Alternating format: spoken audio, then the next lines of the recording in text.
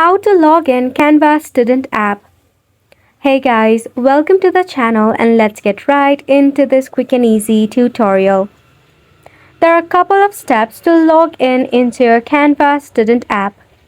If you have not installed the application, you can easily find it in your Play Store, or if you are an iOS user, search for the application in your App Store. Once the application is installed, just launch your Canva student app. Now, firstly, if you wish to log in into your Canva student, just tap on Find My School. In the Find Your School or District, go ahead and search for your school's name or for the district. After which, select on the school.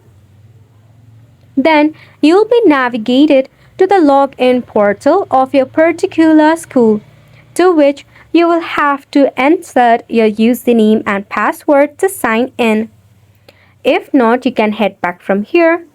Alternative way is to scan a QR code. If there is a QR system, just tap on QR code, where you can easily locate the QR code and scan the QR code to log in into your Canva student app.